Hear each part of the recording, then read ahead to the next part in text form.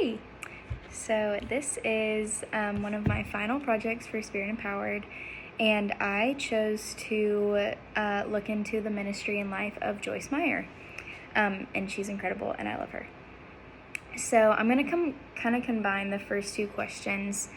So in an interview that Joyce did with St. Louis Dispatcher back in 2006, she talked about her childhood, and she was sexually abused by her father for as long as she could remember. She said from her first conscious memory, she was sexually abused. Her mom knew it was happening, but she was also abused and really couldn't bring herself to face the reality of the situation, and so she never did anything.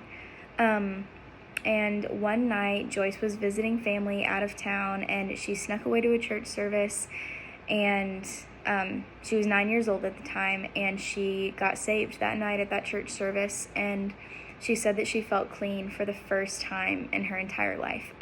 She felt like she had just been clean from the inside out. And it was amazing. She felt so much peace. She returned home a couple days later, and she said she felt like that peace that she had that first night just vanished, and she felt like she lost Jesus. And so there was like one more marking moment, and then it was a long time before she found Jesus again. And after she graduated high school, she married the first man who showed interest in her because of her childhood. She had a really skewed view of love from men. And that first marriage was a disaster. Her husband would disappear for months to days at a time, or days to months at a time. He cheated on her. He had many run-ins with the law. It was really just, he actually made her steal from her job, which they then went on vacation with.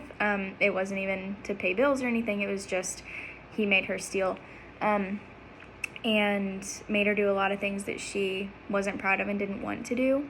And so that disaster, or that marriage was very disastrous and was very hard on her. She suffered a miscarriage at 21, and then at 22 years old, she had her first son, and she decided to finally divorce her husband, and she moved back home. She battled depression. She turned to bars, alcohol, sex, just really anything to numb what had been going on, and she said that her days just became like a living hell. 6 months later, she met her now husband, and they got married. He adopted her son, and they had 3 more children. And that was in January of 76. And in February, she had a marking moment with the Lord. She was on her way to work. She was crying out to God, or she was praying. She was crying out to God. And she said that she heard him say her name, and he just asked her to be patient. And she said she knew from that moment on that he was going to do something in her life. She didn't know what, but she knew that the Lord had her. So after that, she became active in a church, and then she and her husband later became active in Life Christian Church, which at the time was a 30-member church and has now grown to over 3,000 members, largely in part due to her popularity. So what is her main message? According to their website, we have like reaching people, building lives. Their mission statement is sharing Christ, loving people. And this is from their website. It says, "We are called to present the gospel to the lost, disciple nations, feed the hungry, clothe the poor, minister to the elderly, widows, and orphans, visit prisoners, and reach out to people of all ages and all walks of life. We provide global humanitarian aid to hurting people and teach Christians and non-Christians alike how to enjoy everyday life by applying biblical principles in all they do." And so something else that I read somewhere was their goal is really to just reach every nation, every city, every single day with the gospel of Jesus. And so they're really just sharing Jesus everywhere that they go, and reaching as far as they can. And a lot of that is through 2 main ministries. And so this is how she's impacting the kingdom.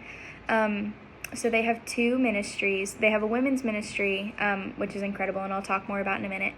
And then they have something called Hand of Hope, which is their missions branch of the Joyce Meyer's ministry. And they have planted clinics and hospitals all over the world in places like Ethiopia, India, Cambodia, Haiti, like everywhere, just in these like small remote villages that don't have access to medical care. And this is also according to their website. They have to date, they have treated more than 345,000 people, dispensed over 1.1 million medications, and through this ministry also seen more than 116,000 salvations, which I thought was pretty remarkable. That's quite a lot.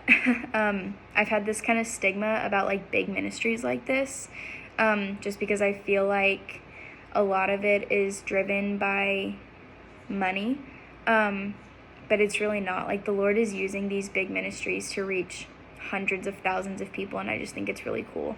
And we see that in Hand of Hope. And then she and her husband opened a Dream Center in St. Louis. And so they went on a trip to LA, saw what the LA Dream Center was doing, and decided that they needed to bring it back home. And so the mission statement of the Dream Center, or kind of like this was on their website, the St. Louis Dream Center is passionate about inspiring hope, empowering leaders, and strengthening families. And their core values are: we commit to reach the lost, we don't have perfect people, we love hard, failure is not final, we've got your back, we get better, we wear worship as a lifestyle, we are a generous church that trusts God, and we won't maintain but multiply. And all of that, all encompassing, just goes to show that they're really committed to just reaching lost people and helping people realize that they can have better, like that they can do better, that they're not defined by their circumstances. They just really want to help people grow and find Jesus and live the life that Jesus has intended for them. And so I thought that was really cool. How is the power of God demonstrated through her ministry? Joyce faced a lot of challenges in her early life, being abused, a miscarriage, her first marriage. Like, she just faced a lot of challenges, and most of which would probably drive a lot of people further away from their faith, but Joyce pressed further in. She pressed hard into her faith. She dove headfirst into Jesus.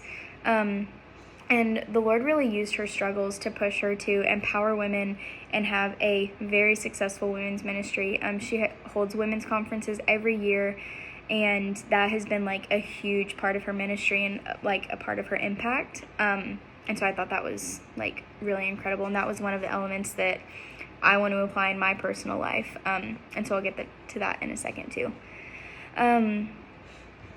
No, her ministry is not done through a healing ministry. They have seen healing through their efforts on missions, but she's not specifically known for having like a gift of healing or like publicizing. They haven't publicized like miraculous healings that they've seen or witnessed or anything like that.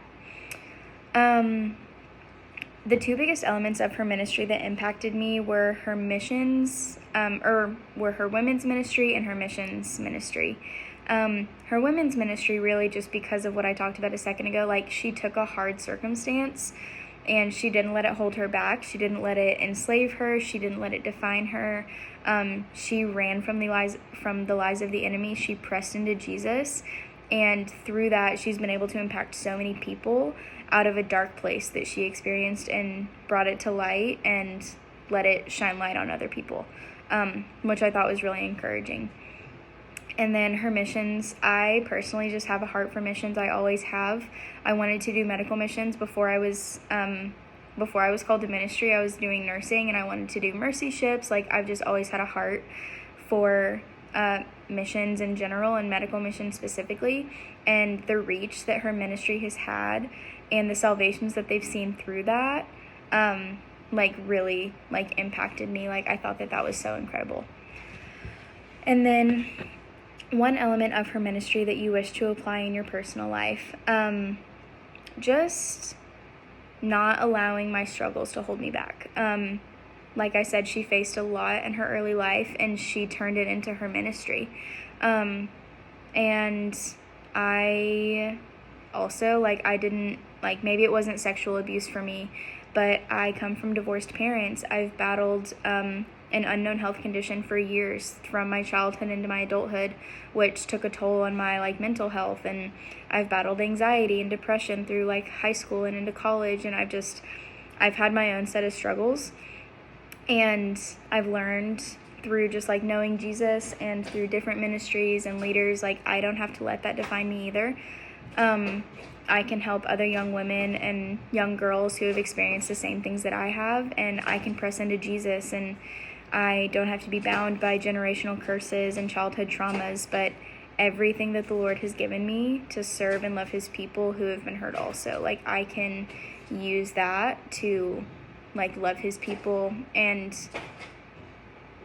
like just really use it, not be bound by it, but use it to love his people and reach people who've gone through the same thing that I have and experienced the same things.